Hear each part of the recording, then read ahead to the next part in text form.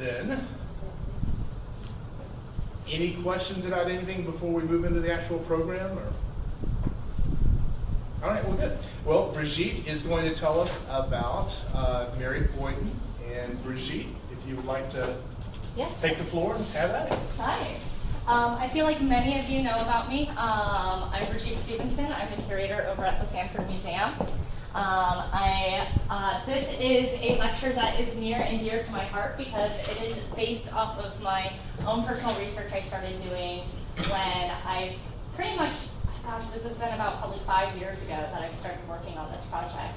And it happened with the noblest intentions. A little bit of background with me is I originally focused in university with actually European history. And my focus in European history was basically about this time period in Europe that eventually would culminate to the revolutions of 1848. And I found it a very interesting time period because the revolutions of 1848 was when kind of in Europe you had various different social groups kind of protesting, hoping to get more Republican kind of forms of government or charterism and these different things. And I was fascinated by the concept. And Henry Sanford was going to school at the University of Heidelberg at the time, and I was like, oh, this is perfect. I can see an American perception of what Americans think about this movement, considering that, you know, America's a new country. They fairly recently, it's only been like one generation since they got their independence. And instead, I found a sex scandal, is the best way to put it. I was not expecting that. And so, and whether or not it is a sex scandal, I want you guys to kind of decide it. The people in Connecticut thought it that way at the time period. You'll see with the letters. And the letters are really going to kind of speak for themselves. And afterwards, if you want to, I have basically most of all the letters printed out here, as well as this journal that was done by Kenneth Lewis. He was a professor at Michigan State University that I was working with because not only does it contain the story about Mary Boynton in some of these, at least the first part of the story, it actually has a bunch of really interesting history about Michigan at that time period that's really important for especially anthropologists. So he published that. So I have some of that information, and also we recently found within our collection, we did not realize this portrait, which is of Henry Sanford at the time period. So this is the gentleman that, just imagine this gentleman right here, who is involved with this story. Most people imagine the picture of him right near the end of his life with the beard. Imagine this man and how he is posed and what that gives us. So Henry Sanford in 1844, he was, just a little bit about him, he was originally born June 15th in 1823 in Connecticut to Nehemiah and Nancy Sanford. And Henry Sanford was expected to do what his father did. His father made a brass tack company with his basically brother-in-law at Shelton, which Shelton, Connecticut is named after. And he was supposed to follow that, have that quiet, sleepy life, and he ran away from that life. And in his youth, he got into some trouble. At 6'1", his friend Gilead Smith called him Sanford the Invincible, the Eclades, which is another name for Hercules, of the Housatonic. And the Housatonic River flows through Derby, Connecticut, where he was living at the time. So this is painting him as quite the big man in town. Much to his mother's ire, he had some friends, especially in Europe, called him a fast man. He was a ladies' man and, quote, for continually getting into scrapes of a tender nature. So this is one of these scrapes that we're going to be talking about, of the tender nature. And it starts in Michigan. And the question is, why Michigan? So Nehemiah, his father, after the War of 1812, got very interested in land speculation in the Michigan area because that was considered out west. If you've ever wondered the term, why is this called the Midwest when it's not really that west? This is the reason why, because at the time and point it was the West.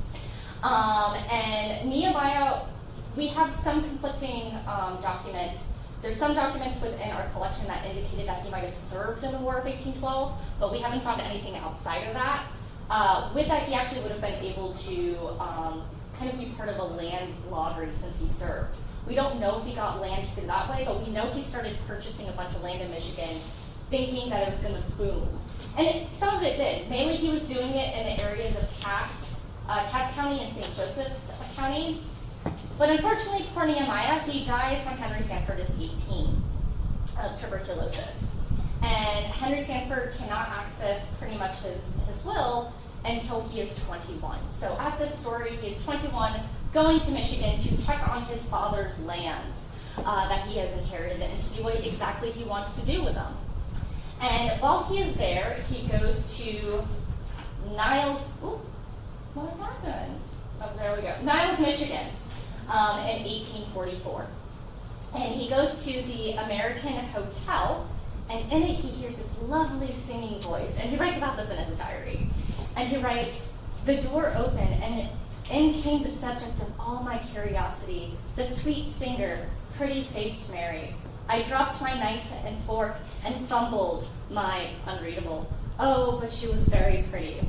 All my countenance expressions of innocent simplicity and a complete joyousness and freedom for a care of form that many of our belles might envy while set off by her pink dress, which had never known the pressure of a stay or corset. A deep, rich color to heighten her fair complexion, a pair of laughing black eyes, and such a pair of lips as one does not see once in a 12 months serve to make Mary a bewitching little creature." Important note, the line about the pressure or stay of corset indicates something.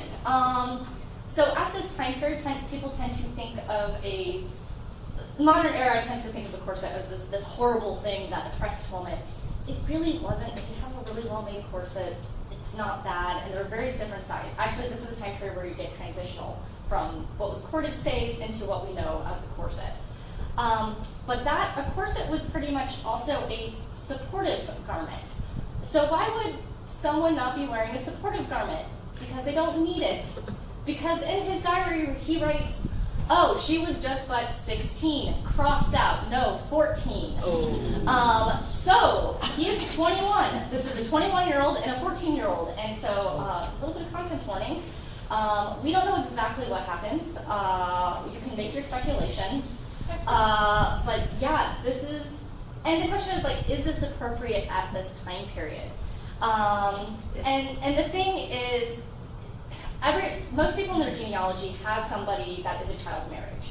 And the reason behind that, even though it wasn't as common, the average age of marriage was usually 25 at this time period, was because you have kind of two main groups are the people who are marrying underage. One, in rural communities where you're not having a lot of women. So the moment a woman is ready, that is the time to marry her.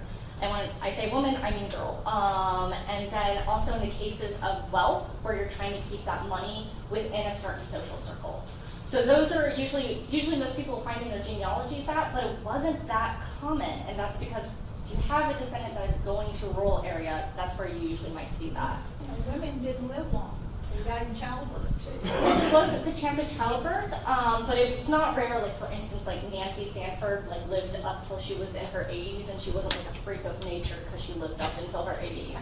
It's also like Henry Sanford was 6'1", and the average height was I think like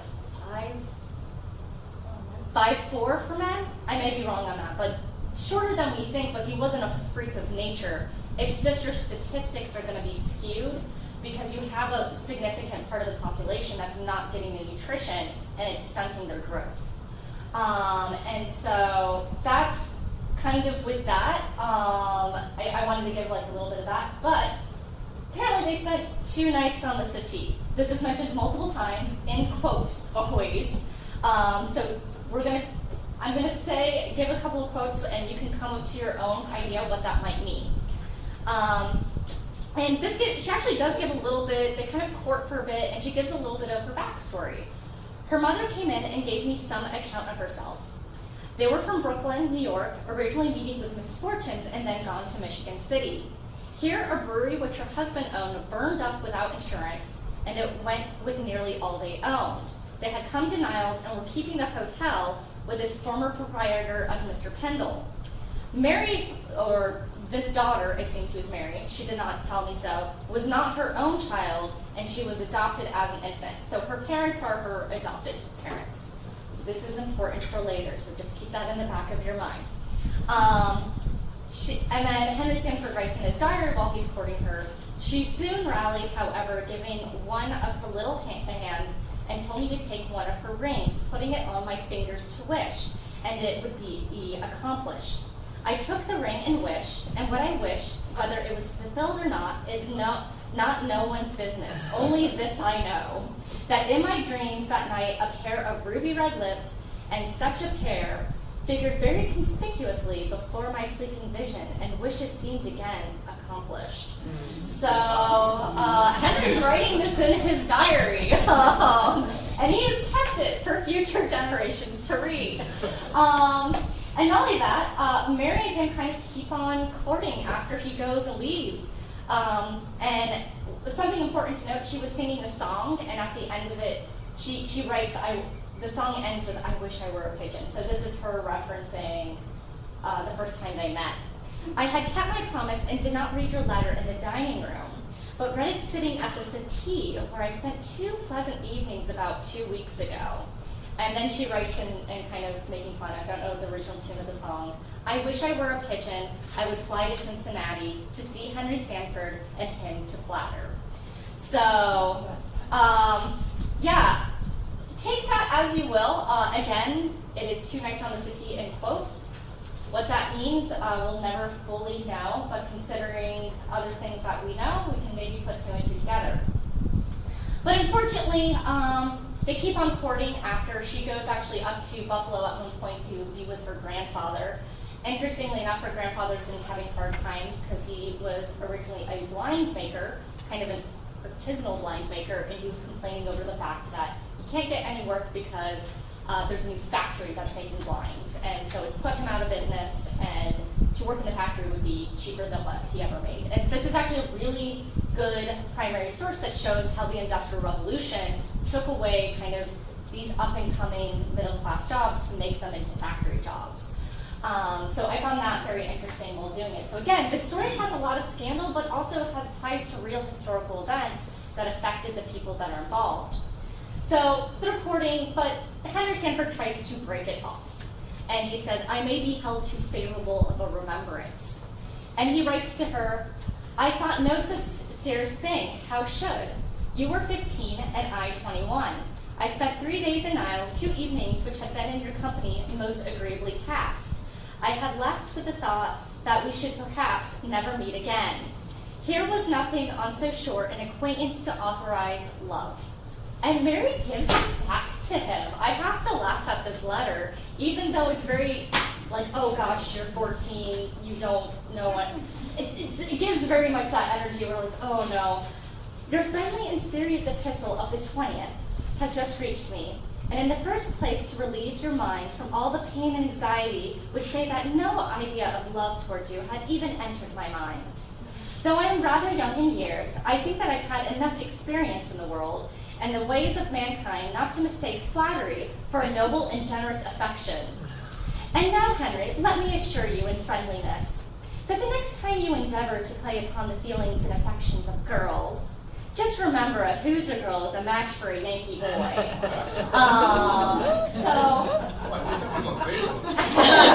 know, right? Again, I'm reading this, and I was like, oh my gosh. So this concludes our story, right? You know, they break it off. This is one of his, scrapes of the tender nature, as his friends call it. No, it gets more.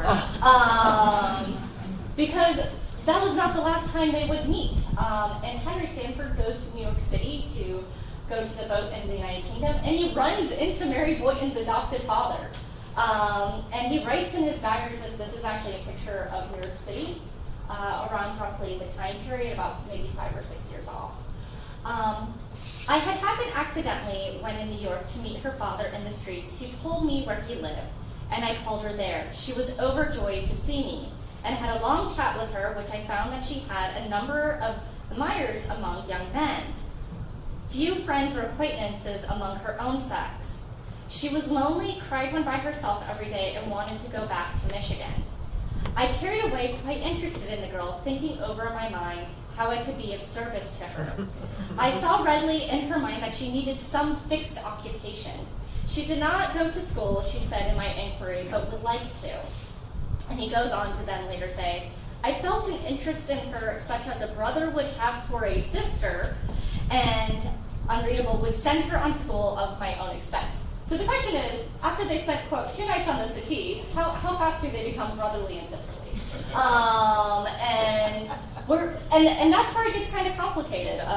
We know that there's kind of obviously like 2 different narrations, and what is the story between that? Is this really an altruistic deed that Henry Sanford is doing? Or does he have something else in mind that he's thinking of doing, educating Mary Boynton?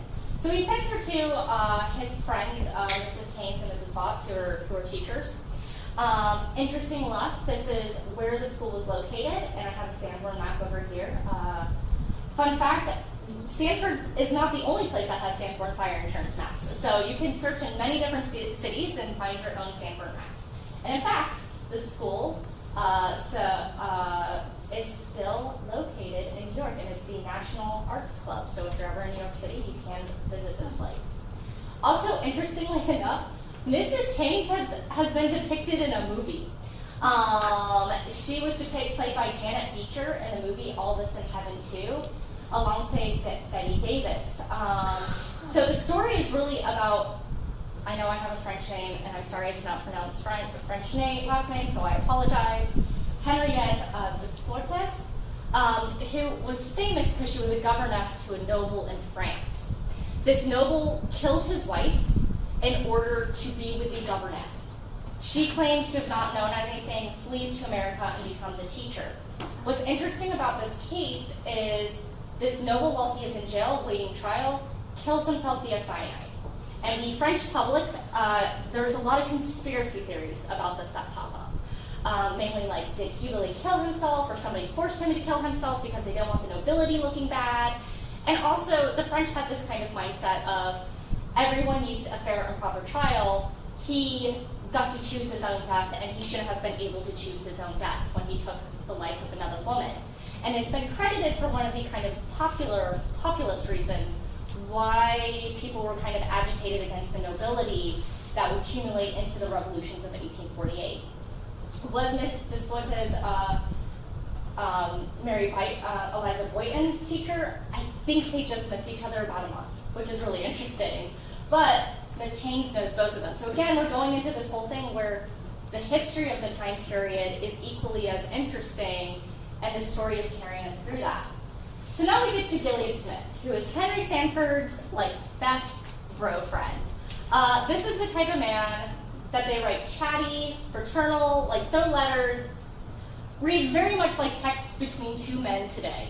In fact, some of the letters go into gossip, and then it changes into Pittman's, I think it's first edition Pittman's shorthand, which I cannot read. So if anybody knows Pittman's shorthand, please help me out, because the T is probably piping in those. And I think that's also important because Henry Sanford later on in life would later on be writing in code as a spy. So you kind of see him kind of getting his love of figuring out how to write things in code to people. Gilead Smith works for the Delaware and Hudson Canal Company. He would later on work for Bacher and Company, which was a forward-facing agent for the Union during the American Civil War. It's speculated that he and Henry may have artificially done some things for costs and done some war profiteering. We don't know that for sure. That being said, we do know they're up to shenanigans in this story, because they decide, because Henry Sanford's like, hey, I really want to get my diplomatic career going, but I also, you need to help me with my friend. Can you pretend Mary Eliza Boynton is your cousin from the country? So she could go to this very fancy all-girls school, which societally wouldn't be acceptable to her. And Gilead also shares Henry's love of, quote, the finer sex, even though he is married to Mary E. Pete at the time. In fact, Fry famously writes, this is a letter that Gilead is writing to Anne, who is a mutual friend of all of them. And you must be well aware that all men have passions, and I presume that Henry, like myself, could hardly resist the temptation of sleeping with a pretty girl if that opportunity arose. So, he is a very passionate man, so we should say. So he writes this, Dear Harry, by the time I presume you are in merry England, and do not doubt to wish you're here from the girl you left behind. I told Miss Voight about a week ago after your departure and learned she had accompanied, I don't know what that word is, Mary, called Miss Haines and made arrangements to enter the school on Tuesday last week, inquiring some time to prepare her dresses. So they're even buying her clothes for this role to pretend that she is a society woman. Thing that's interesting, Henry Sanford at this time, while he's paying for this education for this woman, is engaged. He is engaged to a woman named Janie Howe. She is the daughter of this gentleman here, John Ireland Howe, who owned the pin factory literally next door to the tack factory that Henry Sanford. And Nancy at birth were trying to hook them up. Like, she was like, you two need to get married. She's literally the girl next door. And they're engaged for a good thing.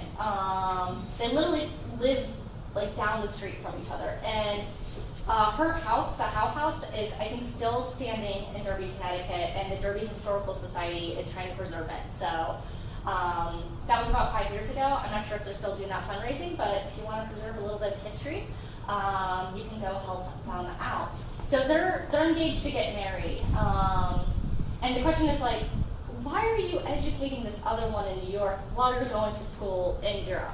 We know that Nancy really wanted Henry Sanford not to be in Europe. She was a widow at this time period and she never remarried. She wanted Henry to kind of stay at home and take on the tack factory and kind of be there for her. And Henry Sanford was like, no. And that was something that always disappointed her. So I thought we think that with the engagement of Janie Howe, that it was a way like, oh, you have to come back home to Janie. And who knows, maybe Henry Sanford was thinking, okay, I'll have Janie Howe, maybe I'll have Mary in New York, and then I can go, New York's a major port town at that, and then I can go to Europe and do my diplomacy. Maybe I can have a world where I can eat my cake and have it too. We don't know that for sure. It could be for other reasons, but this is kind of following the trend of what we see in some European men doing at this time period, especially with the social class of what Mary Eliza Boynton is. She'd probably be considered what's over in Europe a grisette, which is a type of social class of a working class woman who would frequently date men of a higher standard than her. And eventually grisette comes to mean a muse because a lot of them became muses for artists and such.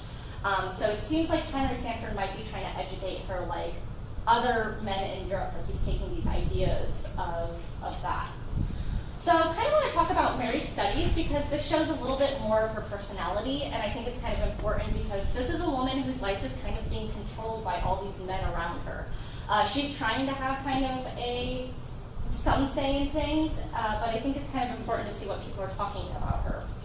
Her teacher, Mrs. Voight, says, I have just parted from our dear little Mary, and truly you were correct in saying she was interesting. She is a lovely girl and will make a fine woman.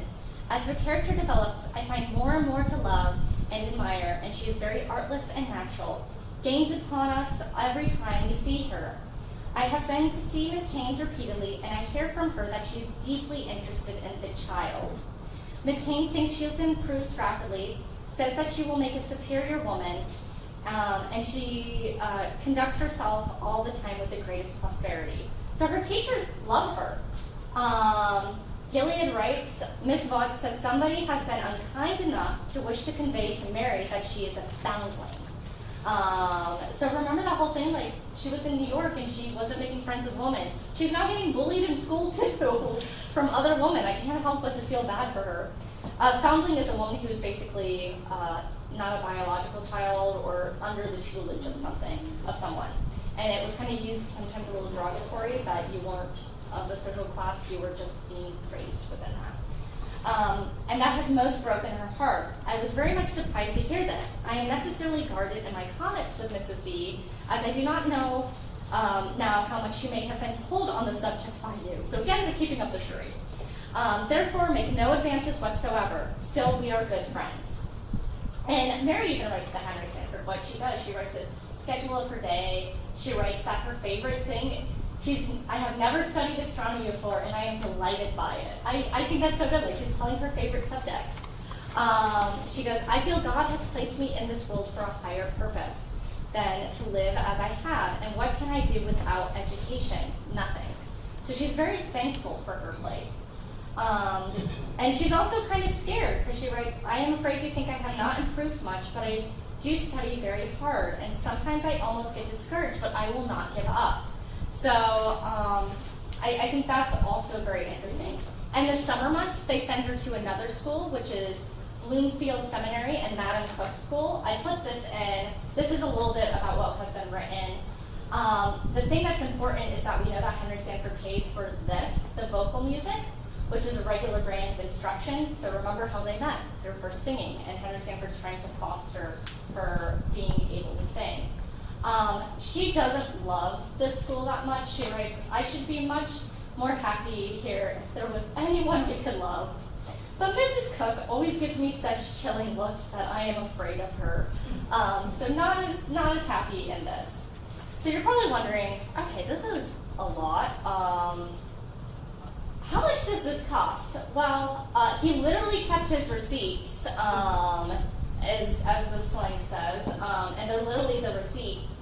And we know that $1,440.70 is roughly, and this was in 2015, so this number may be up, is $14,100. That's like 45. 45. Hello, I'm terrible at numbers. I'm a historian and not a mathematician. I use this through measuringworth.com. I highly recommend it. It kind of puts things in perspective for you with how much things are costing. That's like, a college tuition for a year. That is a very nice chunk of change. And even Gilead Smith writes, I regret Mary is costing you so much, but how can we avoid it? So eventually, they can't keep this a secret forever, and scandal breaks out. After summer semester at Mrs. Cook's, Mary goes back to Mrs. Haines. By April 18th, 1848, remember that adoptive father I told you about, goes to Mrs. Haines demanding that, hey, can I have my daughter back? Because, what's going on with these two men? Why are they doing this? This doesn't make sense. And Henry Sanford kind of uses some legalese to threaten him, you have no protection, you never legally adopted her, so on and so forth. And he's like, uno reverso, let me tell you. And apparently he goes to Mrs. Haines, and Gilead writes this. I went to him, who is Mary Eliza's father, and told him to this effect, you have to send your own purposes awry to Mary all her lifetime as your adopted daughter, foundling yourself, losing control of her, and you voluntarily go to Miss Haines and make the most disgusting disclosure. And this disclosure is to the effect that Mary is not your adopted child, but your natural child, that you seduced your mother while living with your first wife, that at your wife's death, when Mary was 6 years old, you would have married Mary's wife, Mary's mother, had not the death also taken Mary's mother just prior to that event. And now that you now meant to assert your rights as a father, that the object in making this shameful confession will no doubt cause disgust in Miss Haines' mind at her interest in a bastard. So, oof, that is spicy. And I can see both sides. I see a father being like, I wanted to protect my daughter from the truth this whole time, and now I'm seeing, I don't know what's going on here, and I want to protect my daughter. And I see also you're preventing your daughter from having an education that is above her social rank. And this is kind of nasty. And it starts trickling out to people. Henry Sanford's uncle, Ed Shelton, writes, there is also a story getting very specific in Bridgeport that there is a young lady at school there who is supported under Gil Smith, by you under Gil Smith. Care I allude to Mary Boynton, and I think you would have stood much better in Miss Janie's good graces, that's his fiancée, Janie's good graces, had you never had anything to do with her. As the affair is getting public, she's sooner that you can cheer at her with your honor you had, better than to do so unless you had other instructions toward her. So his uncle is like, you need to wash your hands before this blows up. And it does. This is their mutual friend, Lisa, who's a mutual friend between Jamie Howe and Henry Sanford. And she writes, Jamie regrets very much that none of her letters have reached you, especially the replay, the one you wrote while I was there in reference to Western Mary. But it was just as she was leaving that she spoke of it, and I had not time to say anything. Perhaps it is well, as I might have spoke amiss. And yeah, this gets to Jamie, and their engagement is broken off by 1848. We also, what's interesting about this correspondence, most of the correspondence we have are people giving letters to Henry Sanford. This is one of the only full collections we have. We have both Henry Sanford's side of the letters. So the question is, when were those letters given? Was it given after the engagement broke off, as many people still do, like, I am giving back all the things you gave me, I never want to talk to you again? Or was this given later on in life or after she died? We don't know for sure the kind of provenance of why this is one of our only full collections. And I think that's kind of something interesting to note. So they start freaking out because they want to wash their hands off of this. Gilead Smith's wife dies during this time, right as the scandal breaks out, and Miss Haines is like, I can't take it. Like, parents are complaining to me, like, you have to take her because technically you told me she's your cousin. He's like, ooh, that was a lie. And he's supposed to be in mourning at the time period. So all of a sudden, everybody knows that this woman, right at, like, his wife's body is not even, like, cold yet in the grave, and this other woman's moving in. It's not looking good. So they're like, oh gosh, we gotta do something. And so they decide to send her to Lydia Ward, who was a friend. And Lydia Ward works as an assistant music teacher at Miss Lydia English's finishing school for girls. And Miss Ward is actually, she's an assistant music teacher. So again, with that music, that's kind of a theme with Mary's life. That's something that they're trying to do it. What's interesting is we actually have a picture of this school because eventually the United States Sanitary Commission will be there. And so this is a picture of the school that's only 15 years later. And so they pretty much send her over there. Even then, scandal breaks out. It's kind of following her. They can't keep it a secret. So they're like, okay, finally, we gotta send her to another family. And how they do this is, I have, through an advertisement, had a wealthy merchant of Brooklyn, Mr. A.G. Trask, offer a home to Mary as a companion for his wife, adopting her and treating her in every way as his daughter, dressing her precisely like his wife, and having no other family, an independent home for her in return for her lively manners and as a pet for his wife. He writes also that the wife is invalid later on. It is a very weird setup. And ladies' companions were a thing. Like, I want to point out, like, you could rent a woman who would basically kind of be your friend. She was probably a little bit lower social class. That was a thing. But the wordage, I don't know if I just have a 21st century mind with it. The use of pet is really discerning to me constantly. I'm not a fan of that. And again, that may be, I need to do a little bit more social research on that because there's some things that change. But also the whole dressing her precisely as his wife while his wife is sick, there's a lot of red flags here. And even Mary's not happy about it. Mary was very quiet and hoped she said she'd be able to restrain her tears. So she's not happy. She's been trying her best.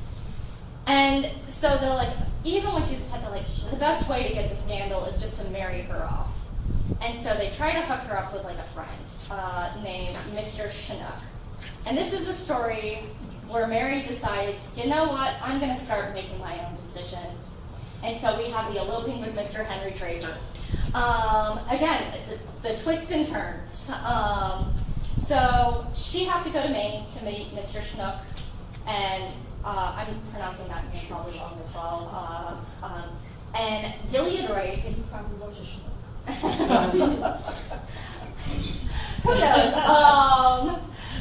They do, right? Gilead writes, I told you in my last, the match desirable with Mr. Chinook was broken off, her foolishly flirting with a young fellow, had traveled alone with him, and had so conducted herself that it disgusted Shook and indeed all her friends. She returned to Mr. Trask's house and remained there about 2 weeks since, about 4 works since the same fellow, Draper by name, by Albert, Rhode Island, has been hanging around Brooklyn and in fact was at Mr. Trask's every night. And this leads up to the next letter. Mr. Trask traced them to the North American Hotel. So this is a North American hotel. The corner of Bowery and Bayard Street, living as cousins, which I find delightfully ironic considering they try to portray Gilead as her cousin. But he had been detected by the servants more than once coming out of her room at daylight with his clothes in his hands. Mr. Trask sent for a police officer, had them married, and now I don't know if that, the certificate himself, and told them to go, but if he'll ever ill-treated her, he would follow at the end of the country to punish him.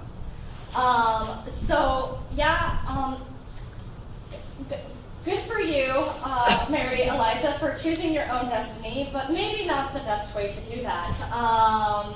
Who is actually Henry Draper? And this is where it gets also interesting.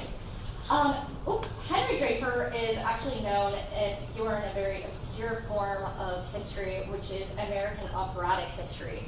Mr. Draper is famous. He goes with his brother, who is a doctor, to help out in the Crimean War. So he goes with him, and he actually travels around Europe picking operas. And he then translates them into English, and it's one of the first attempts of an American coming back to America with the operas he listened to in Europe and trying to make them accessible for people by translating them in English. He kind of has varying success. He's not really successful, but he's important because he's one of the first to be doing this. And so this is really interesting. And not only that, before he goes off, Mary E. Draper, now that she is, sends a letter to Gilead. I have a letter from her this morning, or rather Miss Mary E. Draper, dated at Cincinnati, the first I have heard from her since she went out west. She and her husband are teaching music. So again, that love of music. He is now an organist at Christ Church at that place, and on the way to make a scanty living, she says. Her object in writing me once more is probably found in the following extract from her letter. I am now for the first time to inform you that I am to become a mother in October. So she's going to have a child with him, but you see all of this. And one of the things is I actually met somebody who was a historian specifically in American music of this time period. And I was asking about this, and she's like, yeah, like, no one ever knew, like, he never really married or anything like that. I was like, well, I have the documents right here that said he did. Because he ran away from her. He abandoned her when he went over to Europe. And so the last mention that we have that I know for sure is Mary Eliza is Mr. Trask, this is a mutual friend, last heard from Mary's friend, Miss Abendrott of Padchester, that she was boarding in some obscure part of New York once more, and that her baby had died. But beyond nothing was known of her husband, or what they were, or whether they were together or separate. So we know that Henry Draper dies in 1868. I do think there is a connection, but I haven't been able to prove it. There is a Mary Eliza Draper who marries a Mr. Leichhardt right after 1868. So it's possible she was waiting for her husband to die because she could never get a divorce from him, and she didn't want to practice bigamy. And then she marries, and she turns into Mary Eliza Leichhardt in Chicago. And then she moves eventually to Beaverdam, Wisconsin, and dies at the age of 90. But it's mentioned in her obituary, in this obituary of this woman, that for the past 10 years her life has been kind of sad because she had a stroke and she was invalid. I don't know. I've never been fully able to prove that Mary Eliza Draper, because that's a fairly common name at that time period, is our same Mary Eliza Boynton. So that's why I don't really put it in there, because there's too much speculation. I don't know for sure. And I may never know for sure. And that's kind of the sad story of what happens to Mary Eliza Boynton. And this is kind of a timeline of everything. I'll keep this up at the end because a lot happened, a lot of twists and turns. And I kind of want to talk a little ending notes of it is Henry and Mary share a lot of traits. They're both kind of go-getters. They both believe that they have, Henry Sanford's famous for collecting all of this stuff and even saying, like, I know I'm a part of history. And it reminds me of that letter when she's writing to Henry Sanford, like, I know this education is going to make me something bigger than I was, and I'm thankful for it. They both defied their expected roles. Henry Sanford gave all of his stock away of his father's company, and he became a diplomat. He shrugged that away. Mary Eliza shrugged her life away and ran off with Henry Draper, whether that was for better or for worse. But the difference is, I kind of want you to know, we know about Henry Sanford. Heck, the town of Sanford is named after Henry Sanford. But we don't know what happens to Mary Eliza Boynton. And what's the reason because of that? Is it because of her social class? Is it because she's a woman? Is it because she did these certain things that were not expected? And it shows how two people in a scandal, one survives the scandal and one really doesn't. I also think it's important because this shows the connections of his friends in Connecticut, and maybe some of the reason why he was like, I'm not really going to go back to the United States that much, because he did have this scandal, and he was, again, very popular in Europe. He does eventually get married to Gertrude Dupuy.